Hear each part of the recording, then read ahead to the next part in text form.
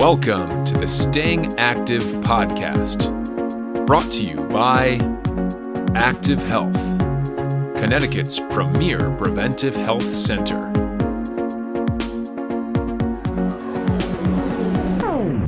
All right, welcome back to Staying Active. After yet another exhilarating 30 minutes, not even maybe 15 minutes of technical difficulties, yet again, despite all of the universe's best efforts, the technological overlords could not keep us down, and we are back. John, We're back. I apologize. It is my fault this time. I evidently do not know anything about audio output settings, which is a new thing for me. Well, I had to learn based on my snafu last time, so we'll call it even. But I'm excited to take the time with you today, and I think people will really enjoy the topic. The topic is great. I, for one, am looking forward to what do I learn about audio visual production next week already. But, that's not to say that today's topic is not exciting in and of itself. This is one, and the last few topics I've felt a bit of pride in myself. I've known a fair bit about, and I've felt like, wow, I can really contribute to this conversation, and that makes me feel good about myself. Today is not one of those days. I know very little about today's topic, which is going to be statins.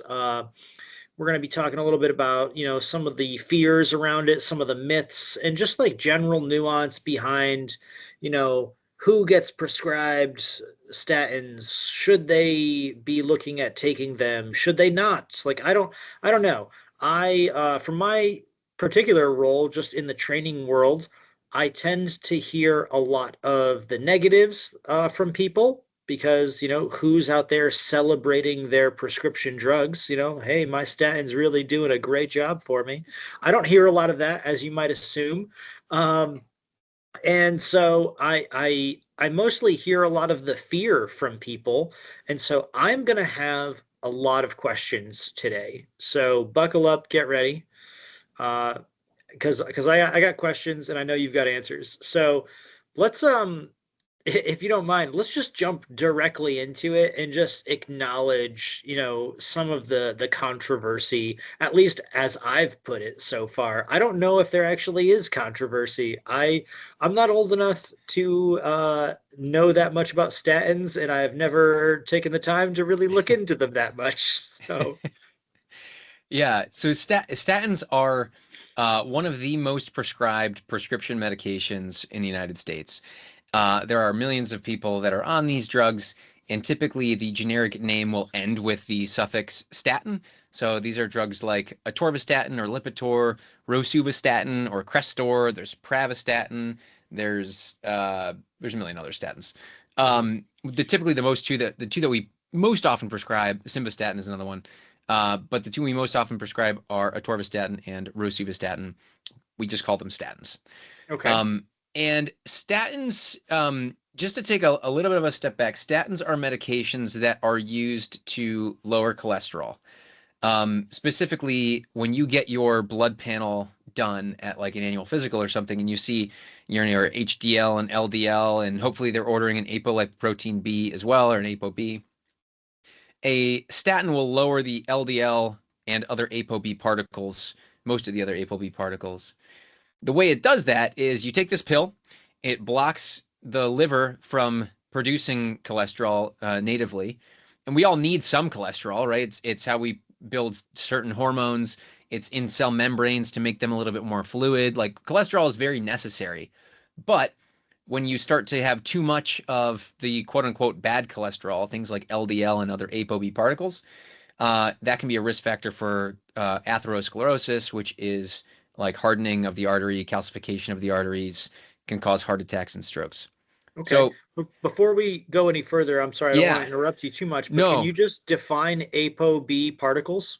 Yes, so ApoB is a apolipoprotein B. It's a protein that is on the surface of all cholesterol particles in the blood that have the potential to cause atherosclerosis, to burrow in between the wall of the artery and the muscle the smooth muscle and kind of like create inflammation, and then eventually over time it leads to plaque.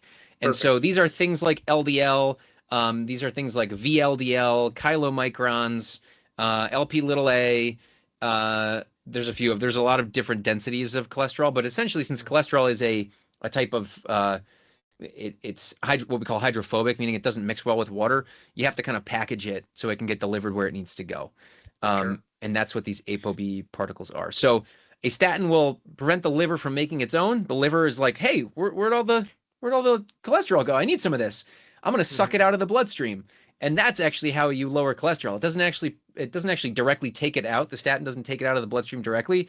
It tells the liver, hey, you're not getting, it's kind of starves the liver of cholesterol. And the liver's like, I'm taking a bunch out of the bloodstream, and then we see a much lower LDL level in the bloodstream. So Mhm. um, it's kind of a clever little mechanism. But we'll get into some of maybe the side effects as to why, since it acts in the liver, also can act in the muscle, why we see some of these side effects that we see that, when you see people training. Sure. Well, based on your description of this, I have, more questions on top of the initial ones that I had. Hmm. And so let me just kind of address them as they come up. That doesn't sound all that controversial.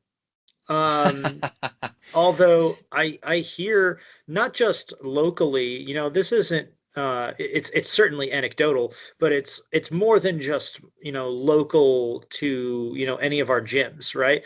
Yeah. I hear this online everywhere, it's on podcasts everywhere. Why are people talking trash about statins? Yeah. So statins are it is since they're very widely prescribed and they're in like the guidelines of like, lower cholesterol is better. And by and large, that's true. But do we need to actually treat everyone with a statin? The joke was like, oh, just put statins in the water supply, Hmm, and everyone would be healthier.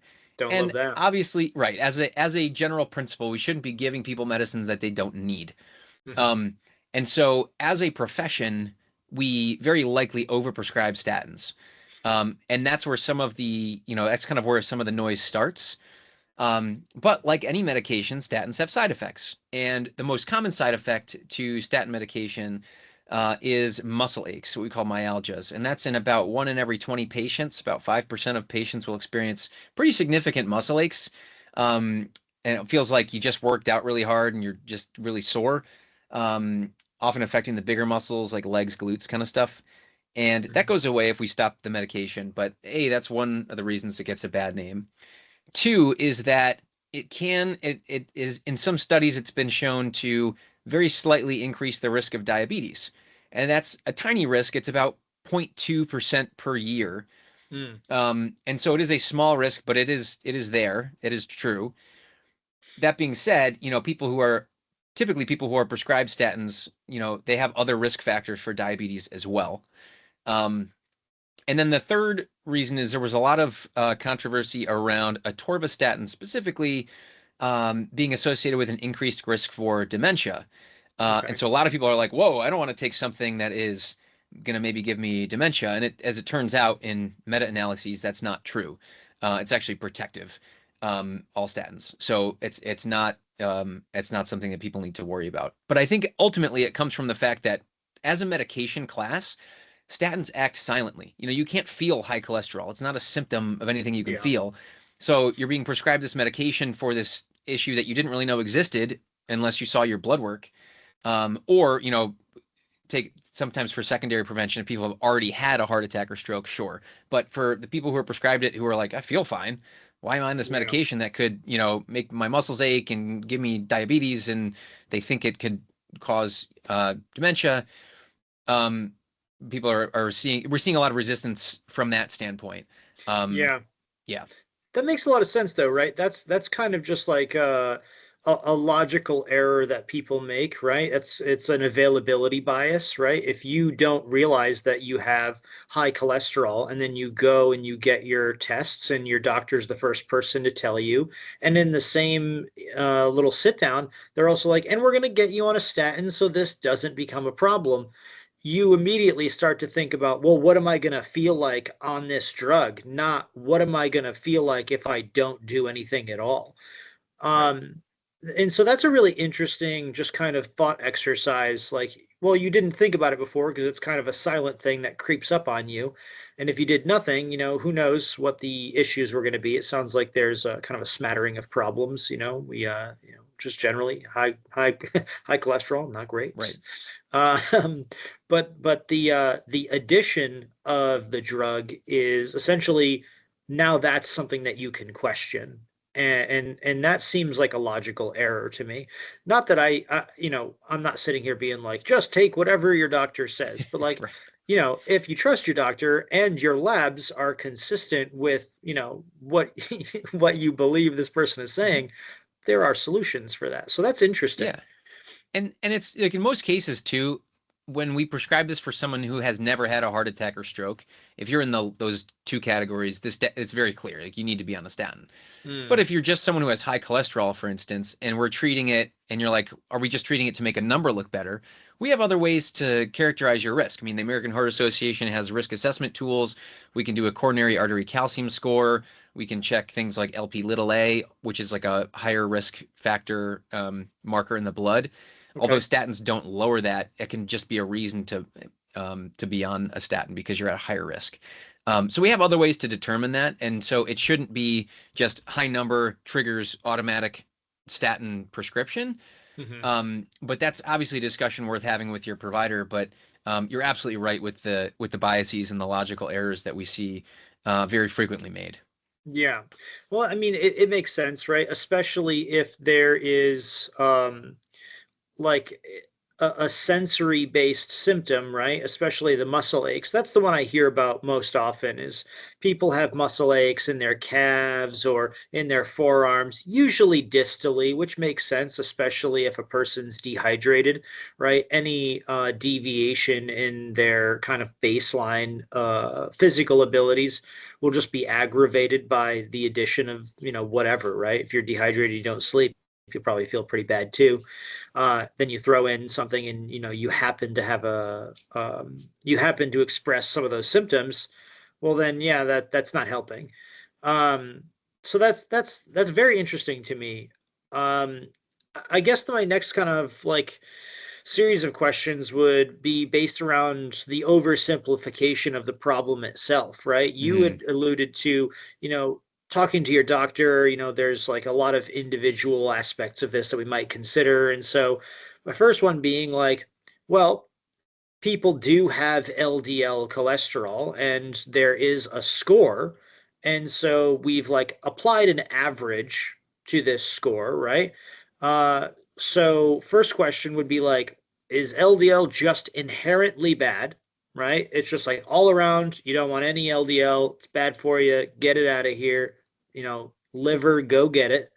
And then the other question is probably like a part two, but like those people whom have higher scores, higher cholesterol scores, or however you might put it, but they don't have any signs of the plaque or buildup or anything like that. What's going on there? So I guess let's just start with like, good versus evil here. Sure. So yeah, so the two-parter. So for the first part, is LDL inherently bad? And the answer is obviously, it's maybe not obviously. We have LDL in our bodies for a reason, right? We need to traffic some we call low density lipoprotein around. We do need some of it. However, in patients who have just like genetically extremely low levels of LDL, we don't typically see harm from too low of LDL. It's very hard almost impossible to have an LDL that's too low. On the flip side, LDL is a pretty well-established independent risk factor or high LDL is a pretty well-established independent risk factor for atherosclerosis. And so we know that higher is generally worse. There are some people, to get to your second part of the question, that kind of live at a high LDL level. They live at a high ApoB level, and we don't see any plaque on coronary artery calcification scores. They have a family history that has no heart attacks. And we don't really have great explanations for that, to be honest, but that is certainly more the exception than the rule. It's an outlier. It's an outlier. Yeah, absolutely. And so there is a there's a school of thought that says that like high LDL is, absolutely not bad, and in fact it can be a sign of healthy people, and when people who live longer or right before they die, people have low LDL, and that's a little bit of a straw man argument in a sense, because the data are pretty darn clear that a higher LDL is worse for risk of atherosclerosis and stroke. And those are things you want to avoid. Now, when people do have, they come in and they're doing everything right, they're exercising, they're eating a diet that's generally low in saturated fat, and that's kind of one of the main drivers of, like, dietary drivers of cholesterol in your blood, LDL.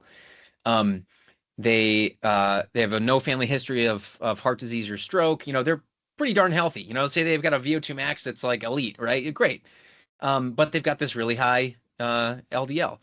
In those patients, well, if you just did the risk calculator that the American Heart Association puts out, they'd be like, yeah, this person probably needs to be on a statin. However, you can check the coronary artery recalcification score. You can check their LP little a. You can even, if you really wanted to do like an angiogram, and that's a little bit invasive, but you could. And sometimes we don't need to put these people on statins for whatever reason, to use kind of a simplification, but their cholesterol is not quote unquote sticky. And that's really quite more the exception than the rule again, but it requires a little bit more nuance. Most of the time, if a person has a really high LDL for a really long amount of time, because it's a cumulative effect, you'll eventually see the calcification on coronary artery score. And so, while if you kind of meet patients where they're at and they don't want to be on statin, you give them a chance to improve their lifestyle to kind of the maximum that they can. And oftentimes people just end up having to be on something that lowers cholesterol. The statins, to that point, statins not the only thing that lowers cholesterol. We have a lot of other meds, but uniquely, statins are, well, they're pretty cheap. They've been around forever. They're just a pill. It's pretty easy to take. And they also stabilize any plaque that's already there. So they make any plaque that's in the artery less likely to rupture, and that causes like an acute heart attack or stroke. So they have a unique protective effect there. But I'm going on a little bit of a tangent from your original question. But to circle back, generally high LDL is worse. No, this makes a lot of sense. I mean, it seems pretty clear, and it feels like something that, regardless of the type of argument that one could make against statins, it is pretty clear that, regardless of your opinion, you can look at this however you want, with whatever studies you want. LDL is still bad, and we don't want to do that. One of my thoughts is, this might be a dumb question, but I'm going to ask it anyway. You had mentioned that cholesterol is hydrophobic, so it doesn't mix well with water. And so the concept of it being sticky is perhaps an oversimplification, but I'm going to roll with it. And sticking to like the walls of your arteries and things like that, does hydration have any effect on this issue, right? If you're really well hydrated, are you less likely to have a lot of buildup? That's a great question. As far as I know, there's no strong correlation. Maybe it's never been studied. As far as I know, there's no correlation between hydration status, which I'm guessing we would probably measure by serum osmolality or urine output, or I don't know. It's a little bit tough to measure like true hydration status other than kind of like urine testing or serum osmolality. But as far as I know, I think they're independent. Okay. No, I would assume so. That seems kind of like a too easy sort of thing. Like, just drink more water, you're gonna be fine. Right. So that makes sense. All right. So I think for the sake of the podcast itself, it is probably appropriate to differentiate, LDL bad. What is HDL and why good? Yeah. So HDL is, as the name, it's proverbially thought of as the quote unquote good cholesterol. And the reason why is because it kind of works sort of against the, like, kind of often you'll see a high HDL with a low LDL and vice versa. HDL is what we call high density lipoprotein, and it traffics, it just has kind of, the cholesterol is more densely packed within the apolipoprotein particle. HDL it's a little bit of an antiquated system to think of HDL as the good cholesterol, simply because it doesn't really itself have a protective effect. It is more of a signal than a cause, if that makes sense. So people typically with really favorable lipid profiles, low LDL, high HDL, are at lower risk kind of in general. But like a high HDL in and of itself is not really that protective. So it's not something I think if we were going to focus on one kind of lipoprotein, it would be the LDL, simply because a high LDL kind of trumps everything else. Even if the HDL is good, Sure. or like in a normal range or high, and again, it's a little bit more of a signal than a cause. Okay. And where do triglycerides, as far as like blood work is concerned, Hmm. where do they fit into this? So great question. Triglycerides pretty directly correlated with two things. One is just your being hereditary effect. Sometimes that can be if you have, family history of high triglycerides, you're likely to have it yourself, but also diet, very closely related to diet and what you're eating. High fatty meals can have high triglycerides. Triglycerides in of themselves aren't nearly as potent or dangerous as LDL for atherosclerosis, but there are situations in which the triglycerides can be really high, and that itself can be dangerous. I mean, high triglycerides can actually cause pancreatitis, believe it or not. Hmm. And so it's like an interesting, but usually when you kind of get into like the thousands or like, high hundreds of triglycerides, most of the time, if you're kind of in a normal range of triglycerides, even like a slightly high, lowering the LDL and being on a statin will directly lower that as well. So Hmm. it is something that we'll look at in conjunction with the kind of greater lipid profile. But if I'm kind of ranking the hierarchy of particles that I look at in a blood test in terms of order of importance, ApoB is the number one, apolipoprotein B. And if your doctor is not ordering that, they should be. Apolipoprotein B is the most important, then LDL, then non-HDL cholesterol. That's kind of like everything other than LDL. It's very similar to the ApoB. Petrol. LP little a, and then triglycerides, then HDL. I think would be my order of importance there. Okay. It's all very important to kind of take in conjunction, and there are rare cases where triglycerides are sky high, but everything else is normal. Um, but by and large, it kind of runs together with LDL as well, and statins can lower triglycerides. Fish oil can lower triglycerides. There are a few other things that can do it independently if you just have hypertriglyceridemia or high triglycerides. But Sure. it's not as I don't put as much weight into it as I do Okay. with the cholesterol. So, with all this, I'm sure that there's like this is likely an indicator of other things, right? And I could be wrong here, but a lot of these problems seem to be lifestyle driven and obviously affecting your metabolic health, right? Too much fat, triglycerides specifically, you end up with, pancreatitis possibly, or you run the risk, a higher risk rather. Um, you know, just different things like that. Are there specific lifestyle changes that people can make in order to just like, I don't want to end up on medication at all. This person, right? They're like, I don't want to end up on medication if I don't have to, Hmm. right? Um, Absolutely. what do they do to put themselves in the best position for that? Yeah. That's a great question. And that's probably what most patients feel like, right? A lot of the people that I see clinically are like, listen, I'll be on a med if I really have no other choice, but I would love to avoid it if possible. Sure. And probably similar to folks that you work with, right?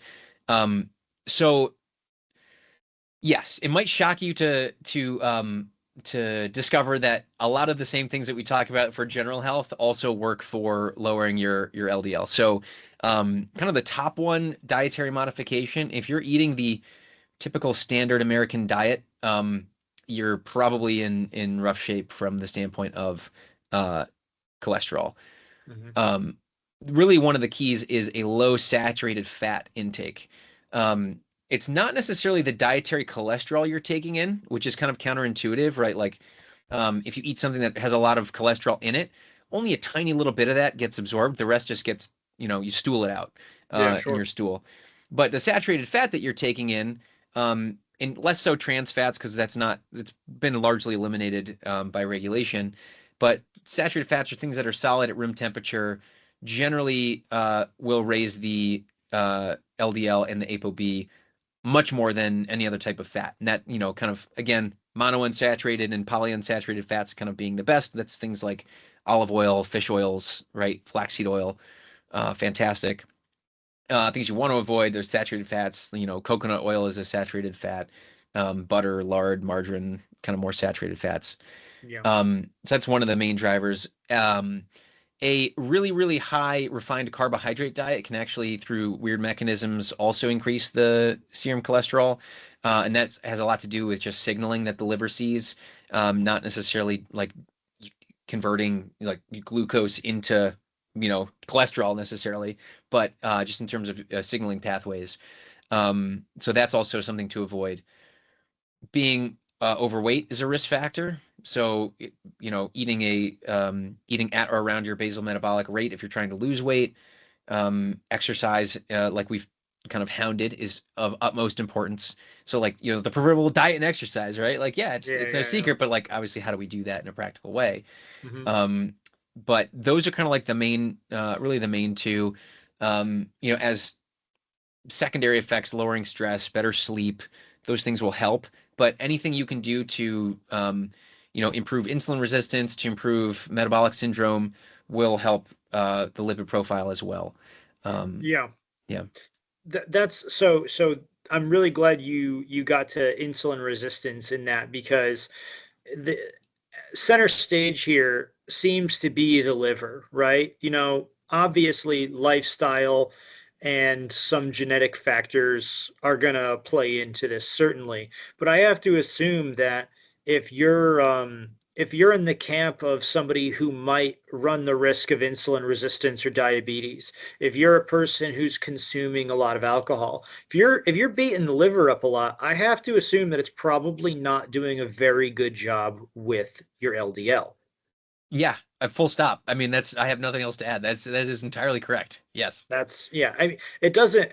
I'm not the smartest guy in the world, but it doesn't take too much to get there. I mean, based on what you're saying, the liver, it's a really versatile and incredibly important organ. Um, that for whatever reason, our human lifestyle, not even American lifestyle, we just hate it for some reason, because everything we do is in spite of our liver, for the sheer fact that, like, yeah, it's going to be fine. It can be okay, right? But it's just really interesting to me how those things tie in. And I often hear about that. People being like, well, I don't even eat meat. I don't even eat high cholesterol, things. I don't take in any animal fats or whatever the cases. And so the distinction of saturated fat is really, really important. And I just want to shut down the arguments that are inevitably going to come from this, which is like, people will also say, well, sugar's worse than saturated fat. And I'm like, well, they're both not awesome at high amounts. Right. Yeah, they can Yes. both not be that great for you when you have them at levels that like beat up your liver. Like, let's just, to steal from you, full stop, right? That's it. And so if you do other things like, just you're introducing toxicity to your body through alcohol, right? That's obviously going to be processed by your liver, by your kidneys, right? That happens. So this makes a ton of sense to me. I'm feeling really good about this so far. So for the listeners' sake, I hope they are as well. I hope they got there a lot faster than me, because I was like, whoa, hey there, is the liver a thing here? So just to focus on the statin and not to get too into the weeds about like, how do bodies work, right? Who's going to benefit from this, right? I have to assume that there's like primary benefits, or I'm sorry, primary prevention, right? You really need to do this. And then what I would probably just call like secondary prevention, like, well, just in case. Yes. Who benefits from this? So it's actually it's a weird nomenclature in the medical literature, but secondary prevention is actually the people who are worse off. The people who have already had a heart attack or stroke. I've got it flipped. So it's weird, right? Like primary prevention is like we want to prevent you from ever having had one, like to prevent the first one or prevent the primary event is Okay. primary prevention. So people who have already had heart attack or stroke, the secondary prevention patients absolutely need it. Like the data are very clear. I don't think you're going to hear much argument from anyone really about that. So we'll kind of take that one off the table. That one's pretty uncontroversial, to be honest. So for the sake of this, this is existing language in the medical community, primary versus secondary prevention. Yes. This is new to me, so sorry about that. No, I that's quite made all that right. up. You actually used the correct terms. Yeah. That's fantastic. Okay, so what you're saying is for people who are having these discussions with their physicians, just so that way we can be clear about the language, secondary prevention means you have had a cardiac event, essentially. Something bad has happened, and this is now necessary. Whereas a primary is what? Yeah. So and to just add one more thing to secondary prevention, Please. that could be just very severe heart disease. You don't necessarily have to have a heart attack or stroke. You can have like very well documented atherosclerosis. Say you had a stent placed or Okay.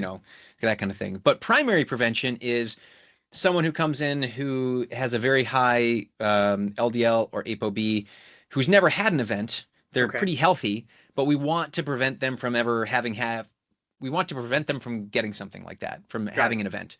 And so that is where the data are a little bit murkier, I suppose. One thing that we look at is something called the number needed to treat. And that is a thing in literature where how many people do we need to treat with a drug to prevent one bad outcome? And so the number needed to treat gets a little bit higher, which is worse with primary prevention compared to secondary prevention. But it's a spectrum, right? It's a gray zone. If you took someone like you, Derek, who is very active in very good health and is like, yeah, maybe I'm gonna put an LDL on you. You don't have to say what yours actually is, but say your LDL is like 105, right? It's like very slightly high, and we put you on a statin. No, why we don't need to do that to prevent an event from happening down the line. You're probably at higher risk from harm than you are from benefit from the statin itself. Okay. Take the flip side of that. You have a patient who's 55 who exercises sparingly, who is 40 pounds overweight, whose LDL is 140 and has been for the last 10 years, with comorbidities of high blood pressure, and is on a med for blood pressure, perhaps. Like that's a patient where we plug them into the risk calculators, we get a coronary artery calcium score. That's a patient where, yeah, it might make sense to have them on a statin for primary prevention, because everything that you're doing from, potentially a hereditary standpoint, but also from a lifestyle standpoint, from just what they've been exposed to, what their arteries have been exposed to over decades, which is a very high cholesterol level, they're building up plaque, and they almost inevitably have some atherosclerosis. And so preventing that with a statin in that case is useful. Whereas in someone like you, it's not. But those are both primary prevention. And so it's a little bit of shades of gray, right? Because primary prevention is not equal to primary prevention is not equal to primary prevention. It's an apples to oranges comparison sometimes. And that's where some of the clinical judgment comes in. But it's tough. And a lot of doctors are kind of at the mercy of the guidelines, because the guidelines are pretty aggressive still about giving people statins.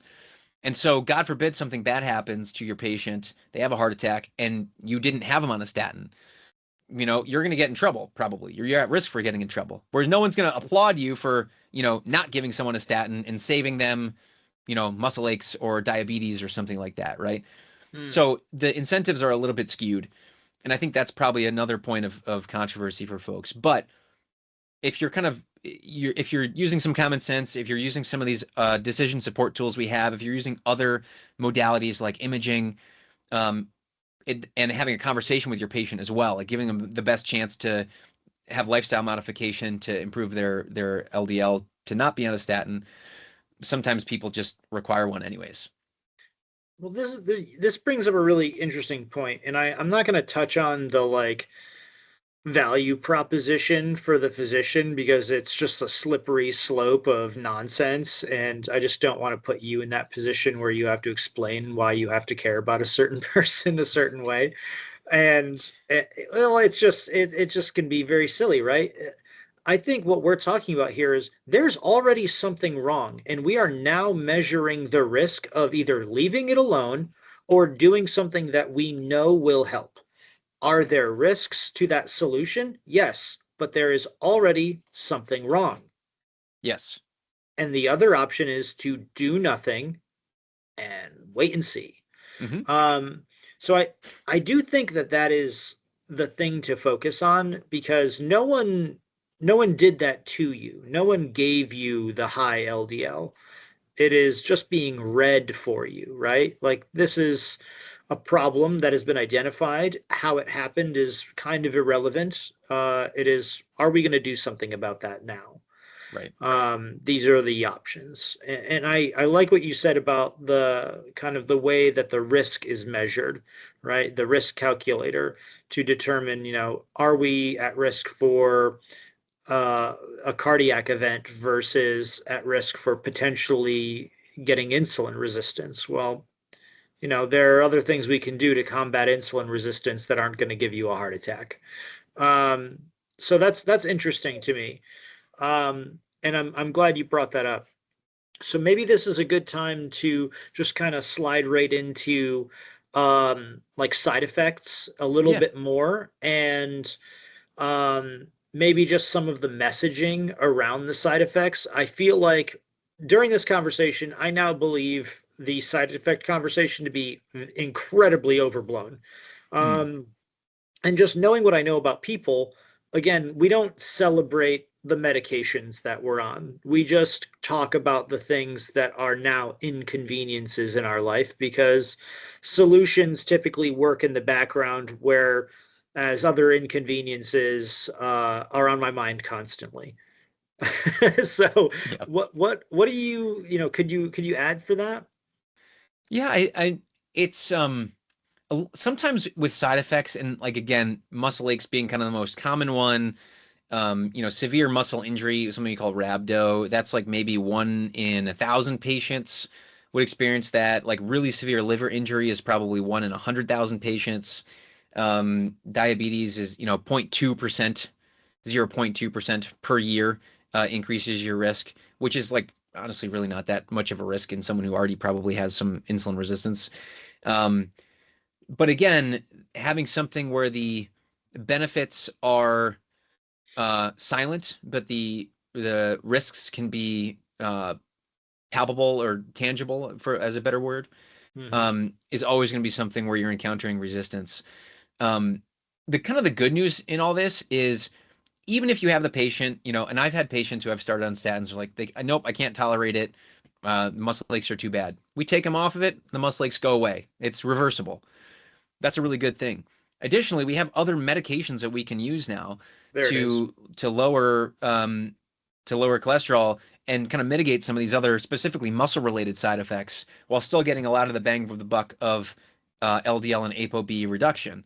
So just because you're opposed to statin, for whatever reason, say you're ideologically opposed to statins, but you're at a really high risk, we have other things we can use. So, like, we just, at the end of the day, I just want to lower your risk to as much as possible. I don't really, while I prefer as kind of first line for it to be a statin, just because you get that plaque stabilization benefit, if you're going on a PCSK9, or you're going on bempedoic acid or ezetimibe or something, great, because you're lowering your risk. So, like, that's really what we want at the end of the day, is for people to not have heart attacks and not have strokes, if we can avoid it. And I think I want to touch on one thing. You had mentioned 1 in 1,000 with rhabdo, and from what I know about rhabdo is pretty serious.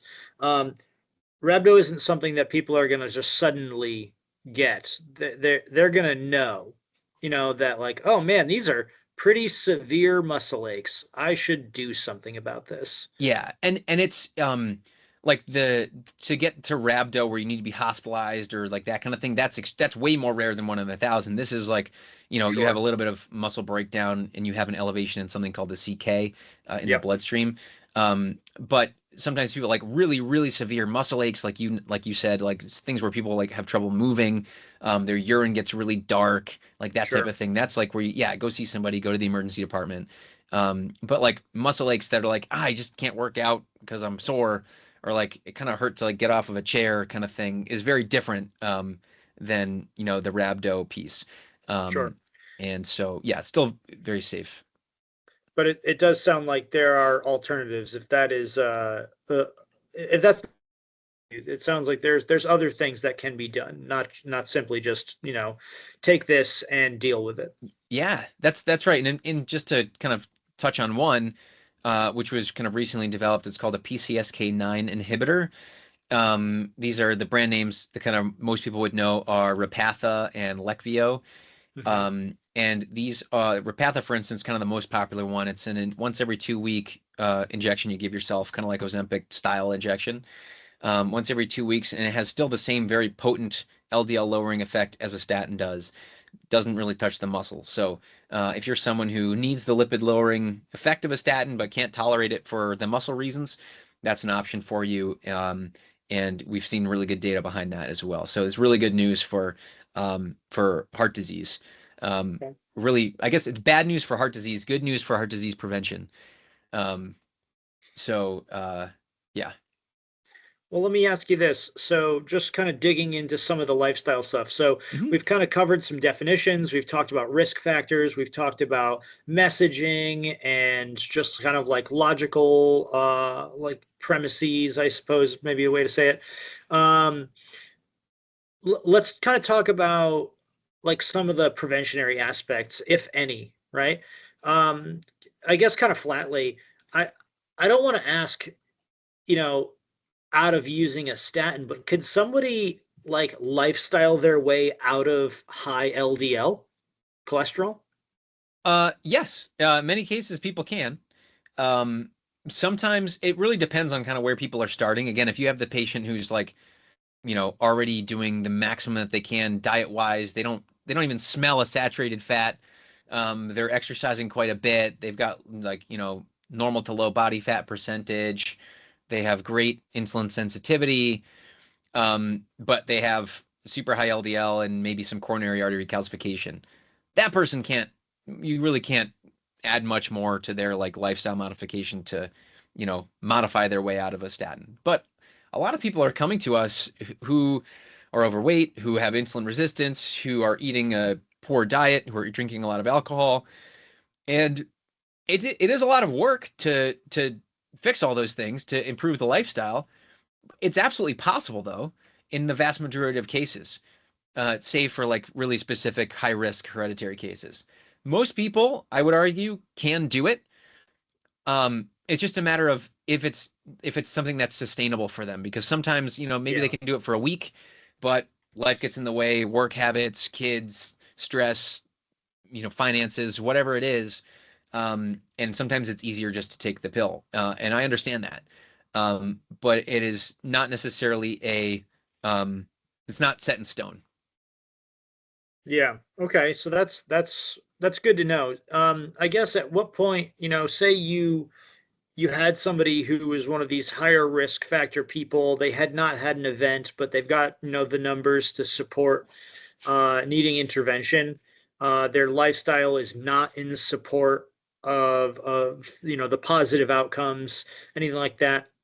What's the longest amount of time? Say you believe this person, they're going to get their act together and they're going to make serious changes in their life. What's the longest amount of time you're willing to give this person? I don't want to put this on like a pedestal, but at some point as their physician, you've got to make a call, right? Right. What's the longest amount of time where like the risk is just too great? How long are you willing to give somebody to turn things around? Yeah, so that's kind of a style wise for depending on the physician. I would say most people, I'd say I'm probably in the camp of most people, whereas my rule is like 6 months to a year. I Mm, like to give enough time where I can see that you've made the change, and B, you've sustained it. hmm. Um, but so I don't like shorter time periods, like, less than a month, useless. Longer than a year, like, cholesterol and high cholesterol it is a long game. So preventing it is a very long-term thing, right? It's a risk that accumulates slowly over time. So we have time on our side in the Okay. vast majority of cases. Um, but usually if it's a 6 month to a year time frame is what I'll give patients to say, hey, we're going to maximize this. We're going to try and pull all the right levers to, maximize diet and exercise and work with our health coach and work with our trainers and really just kind of, go full force in a way that's also sustainable, right? Because again, Yeah. it's not a sprint, it's I don't know, a jog. It's something you got to be able to keep up and maintain. And so that's typically the time frame. And I'll tell people that at the beginning, like, listen, we're going to give this a 6 month to 1 year shot. If at that point, you know, we haven't seen results are just not sustainable for you, then we're going to have to move towards medication. Got it. Okay. And that's Yeah. not to say that, maybe a few more years down the road, say they are successful, right? There's genetic implications here. It's Yeah, not to say that they might not still end up having to go that route anyway, but um, that's right. it's more about the lifestyle change than simply getting off the medication. And that's why I wanted to phrase it as like, can they do enough to get out of the LDL danger zone? So that's interesting, and I appreciate that. Mhm. Okay. I guess, I had a couple of notes here. I was thinking, is there a particular person who's just going to be like, it's not worth it for this person, taking a statin? Yeah. So yes, I think typically when we're saying like, are we going to put them on a statin or not? Statins reduce risk again, kind of over the long term. So if you have someone whose life expectancy is, they're very frail and you don't expect them to live, a considerable amount longer, or it's a pain to take the med, that kind of thing. Those are patients where we're like, okay, if we're reducing 10-year risk by, 10%, does that really give us much for this person? And Yeah. so those are the people that, I'll, again, if the juice is not worth the squeeze, where we typically won't, or I typically won't, push too hard for like lipid lowering therapies. Um, You're not but going to put a 90-year-old person on a statin. probably not, unless, I mean, I have some really healthy 9-year-olds, but Well, a it is 90-year-old person who's unhealthy, I yeah, guess is a right. better way to say it. Yeah, Yeah, that's a fair often point. for like secondary prevention, sure, I think it's still useful because it can, that can certainly be a quality of life thing. But as a primary prevention in someone who, you know, probably wouldn't get the benefit from it, it's probably not something we need to have them do. Okay. All right, let's close this up with a couple of like practical takeaways. You Sure. know, somebody's doctor recommends a statin, what's some questions that they should be asking? So I think like the questions, if I were a patient to ask, be A, what is the statin?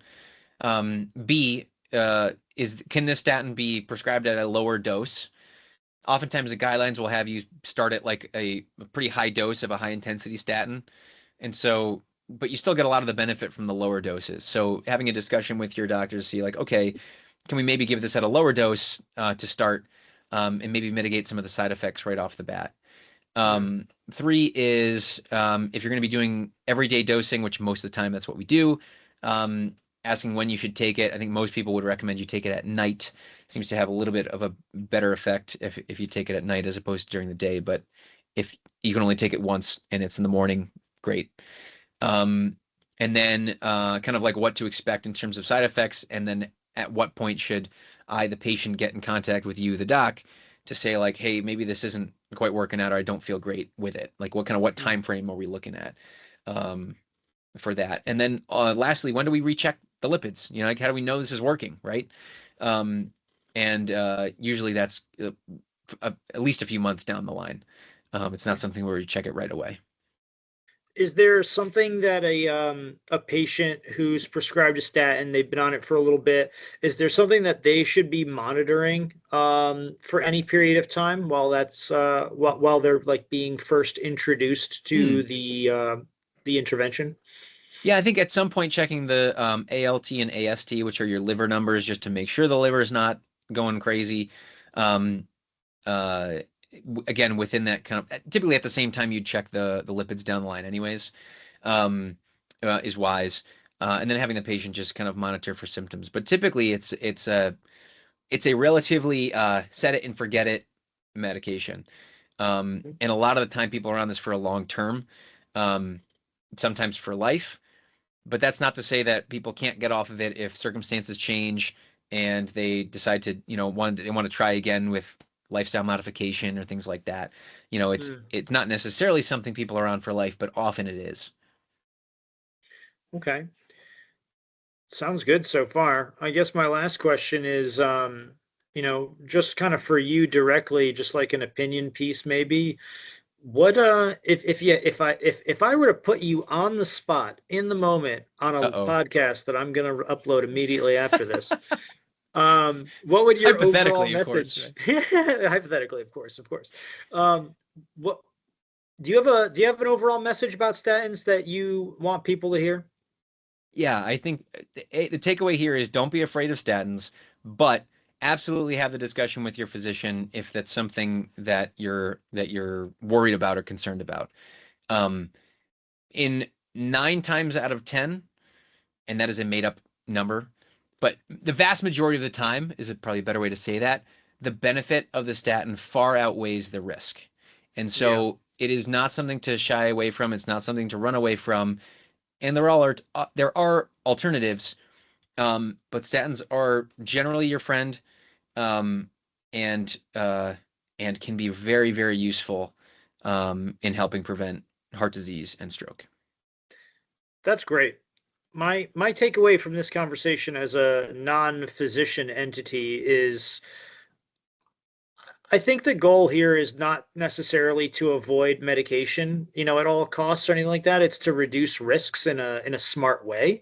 And if your primary driver, your primary thought is, I don't want to be on this medication, hard stop, no go.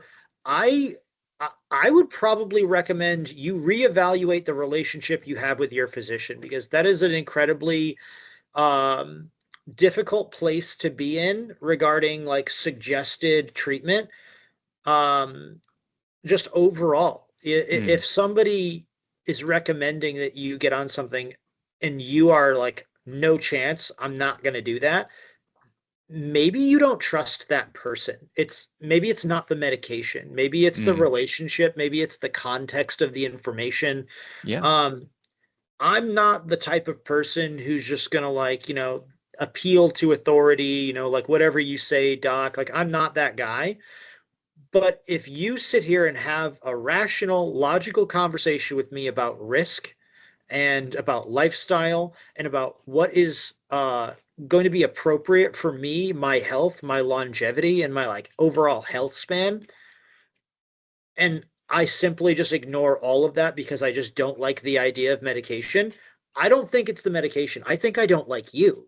And I think that is the unsung hero in most situations. You need to have a strong relationship and strong communication with your physician, because your life literally could depend on it. And I just don't want to see people make weird choices because they simply don't trust somebody. Yeah. Wow. Was that scripted? That was fantastic. I wish it was. Thanks, man. Yeah, I wish it was. I couldn't have said that better myself. That was fantastic. I just sit here and I talk to you every week and I'm like, man, I wish Jon was my physician. It just seems silly, the opinions that people come up with because they read something on Instagram or whatever. And it just stems from maybe they just don't have a great relationship with their physician, or they just don't think their physician has their best outcomes in mind, and that just makes me a little bit sad. I don't want to see people suffer, especially as a result of ignorance, when there's better information and there's better ways to relay that information. You just got to put in a little effort to find that relay, I suppose. Yeah. But rather than ruining this and taking it too far, I'll leave it at that, and I will encourage people, have these conversations with your physicians, with your provider. Make sure that you spend the time getting to know them and that you feel comfortable with the choices that you guys are going to make together. Awesome. Yeah, I think that's a great place to leave it. And yeah, I'm looking forward to ongoing conversations, but I think we hit this one pretty hard. We definitely did. Well, I appreciate the time. Thank you very much. This has been, Staying Active with Derek Marsette and Dr. Jon Lis, the man, the myth, the legend. And I appreciate it. Thank you so much.